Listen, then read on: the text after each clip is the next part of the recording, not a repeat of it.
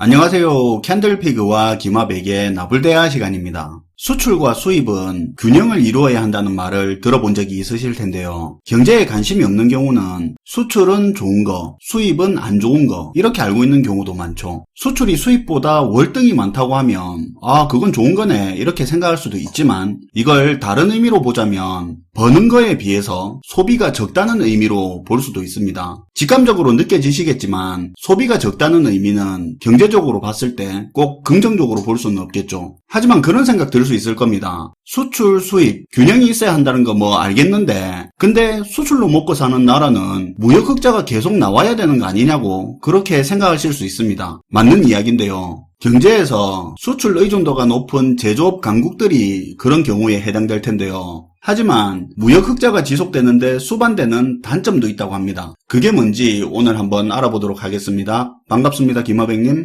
네, 안녕하세요. 오늘은 한 나라의 통화 가치가 그 나라의 자산 가격 버블에 있어서 어떤 영향을 미칠 수 있는지 그 메커니즘을 한번 소개해보는 시간을 가져보도록 할게요. 일반적으로 현재 전 세계의 대부분의 국가들은 서로 다른 나라와의 수출과 수입이라는 그 무역을 통해서 다양한 경제 활동을 이어가고 있는데요. 그리고 이 과정에서 자기 나라에서 생산한 상품이나 혹은 서비스를 더 많이 팔아서 그렇게 수출을 많이 하게 되면 그 나라는 무역 흑자를 기록한 나라가 되고요. 반대로 상대 국가에 비해서 수입을 더 많이 하게 되면 그 나라는 무역을 통해서 적자를 기록한 나라가 되는 건데요. 예를 들어 만약에 어떤 한 나라가 수출을 더 많이 한다는 말은 그만큼 더 많은 돈이 무역 상대국을 통해서 자기 나라로 들어오게 된다는 얘기니까 그 나라는 흑자 국가가 된다는 의미고요. 반대로 한 나라가 수입을 더 많이 한다는 말은 그 나라가 수입을 통해서 뭔가를 산다는 얘기니까 그만큼 자기 나라에 있던 돈이 무역 상대 국가로 빠져나가게 돼서 적자 국가가 된다는 얘기인 거죠. 어쨌든 수출이 많으면 무역 흑자가 되는 건데 이게 나쁜 점이 있나요? 돈을 버는 거잖아요.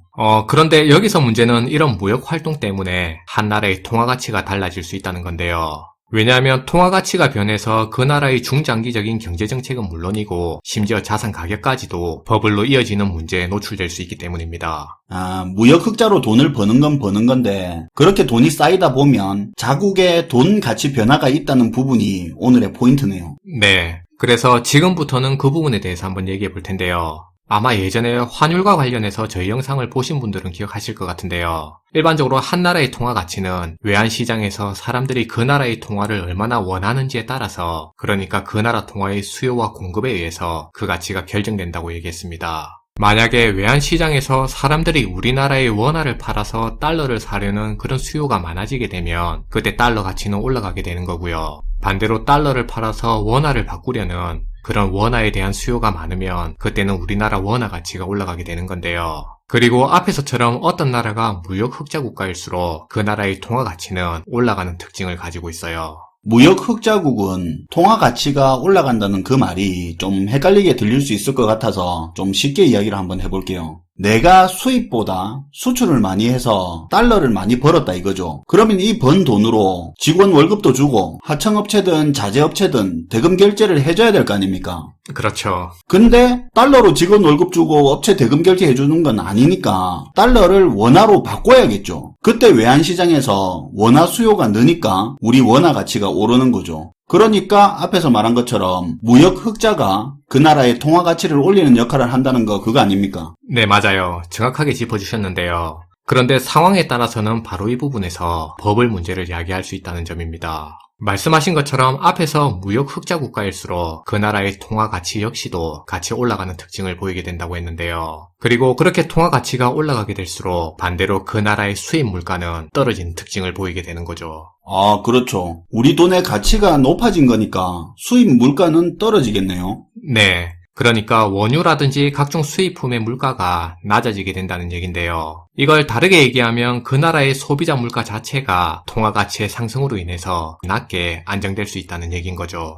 그러면 무역 흑자가 지속적으로 일어나면 달러도 벌고 원화 가치도 높아지니까 수입 물가도 낮아지고 완전히 좋은 거 아닙니까? 네, 맞아요. 여기까지만 보면 그렇게 볼 수도 있는데요. 그런데 아마 다음 얘기까지 다 들으면 조금 생각이 달라질 수도 있을 겁니다. 앞에서 무역 흑자가 나면 그 나라의 통화 가치가 오르고 수입 물가가 낮아지게 돼서 그 나라의 물가가 안정될 수 있다고 얘기했는데요. 근데 여기서 문제는 그렇게 낮게 유지되는 물가 때문에 정작 중앙은행의 통화정책이 딜레마에 빠질 수 있다는 점이에요. 뭐 때문에요? 일반적으로 돈은 금리가 낮은 쪽에서 금리가 높은 쪽으로 이동하는 특징이 있는데요. 마찬가지로 해외 투자 자본 역시도 통화 가치가 낮은 쪽에서 상대적으로 통화 가치가 높은 쪽으로 몰려가는 특징이 있습니다. 그쵸. 통화 가치가 오른다는 말이 경제력이 성장한다는 의미니까 그쪽으로 자본이 몰리겠죠. 그렇죠. 그럼 당연히 그 나라의 부동산을 포함한 주식 등의 자산 가격이 오르는 현상을 보이게 되는 거죠. 돈가치 오르고 경제 성장하니까 자본들 몰리고 당연히 자산 가격 오르는 거 아닙니까? 당연한 거 아닙니까? 네, 맞아요. 굉장히 당연한 현상인데요. 근데 앞에서 돈 가치가 오르면 수입 물가는 어떻게 된다고 했죠? 우리 돈 가치가 올랐으니까 수입 물가는 안정되거나 떨어지겠죠? 그렇죠. 수입 물가는 낮아지게 된다고 했는데요. 정리해보면 무역 흑자로 인해서 국내의 돈 가치가 올라서 물가는 낮아지는 반면에 돈 가치가 올라서 해외 투자 자본들이 몰리게 되니까 부동산이라든지 주식 등의 자산 가격은 가파르게 올라가는 상황이 될 수 있는 거죠.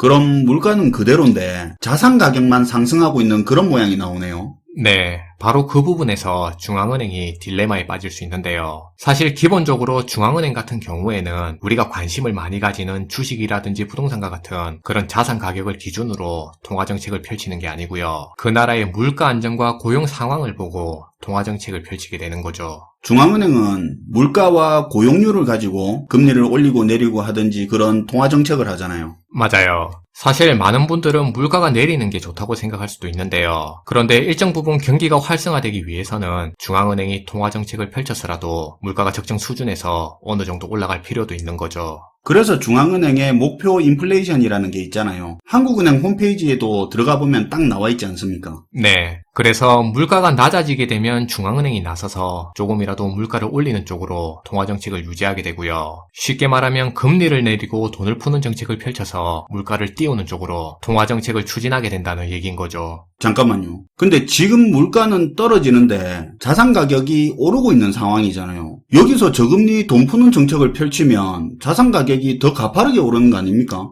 네, 그래서 문제가 생길 수 있는 겁니다. 여기서 중앙은행이 물가를 띄우자니 저금리 정책을 계속 유지해야 되는데 그럼 이미 오르고 있는 자산 가격의 버블을 더 키우는 문제가 발생할 수 있고요. 그렇다고 부동산과 주식 같은 자산 가격의 버블을 잡자니 중앙은행이 금리를 올려야 되는데 그럼 또 물가가 더 낮아지게 돼서 경기 침체 위험에 빠질 수 있는데요. 근데 앞에서 말한 것처럼 기본적으로 중앙은행 같은 경우에는 주식 같은 자산 가격을 보고 통화정책을 펼치는 게 아니다 보니까 결국에는 물가를 끌어올리기 위해서 돈 푸는 정책인 저금리 정책을 펼칠 수밖에 없고요. 그렇게 되면 불난집에 기름을 붓는 격으로 안 그래도 오르던 자산 가격을 더 오르게 만드는 그런 버블 문제를 부추길 수 있는 거죠. 그래서 무역 의존도가 높은 국가일수록 무역 흑자가 지속적으로 나는 그런 국가일수록 오히려 자산 가격 버블 문제에 쉽게 노출되는 약점을 가질 수 있어요. 이게 그런 흐름이 되는 거네요. 아무 생각 없이 수출 많이 하면 잘 나가는 거니까 자산 가격 오르는 건 당연한 거 아니냐 생각했는데 이런 메커니즘이 있는 거네요. 네. 사실 우리가 지금은 금융 선진국으로 알고 있는 영국 같은 경우에도 과거에는 제조업이 강한 수출 강국으로 알려졌었는데요. 그런데 그런 영국 같은 경우에도 앞에서 말한 이런 이유로 인해서 버블을 경험한 적이 있고요. 예전에 일본의 버블 같은 경우도 일정 부분은 이런 영향을 받아서 버블 문제가 발생했다고 볼 수 있는데요.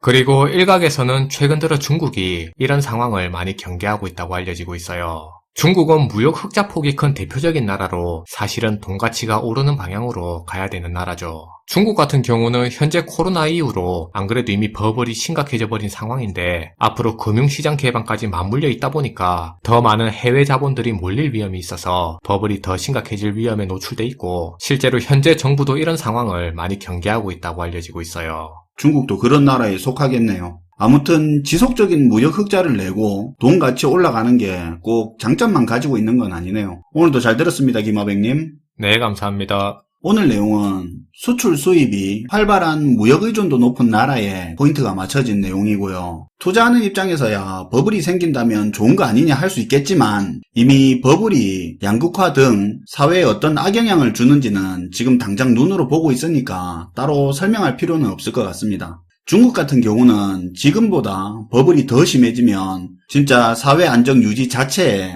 한계가 올 수도 있죠. 시청해주셔서 감사하고요. 지금까지 나불대화 시간이었습니다.